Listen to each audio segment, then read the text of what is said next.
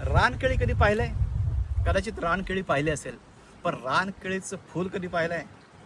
आमच्या थेरा ॲग्रो रिसॉर्टला 4 वर्षापूर्वी रानकेळीचं एक कंद आणून लावलेलं आणि त्याला आता फूल आलं यावर्षी.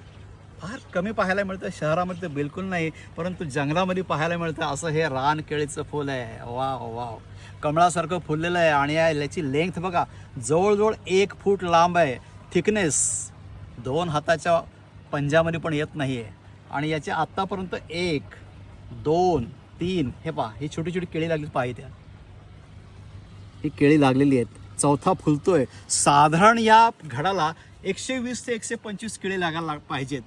ज्या वेळेला केळी तयार होतील त्यावेळेला पुन्हा एकदा पोस्ट करेल, परंतु हे पाहायला कमी मिळतं म्हणून हे केळ्याचं फुल आपण असं दाखवतोय.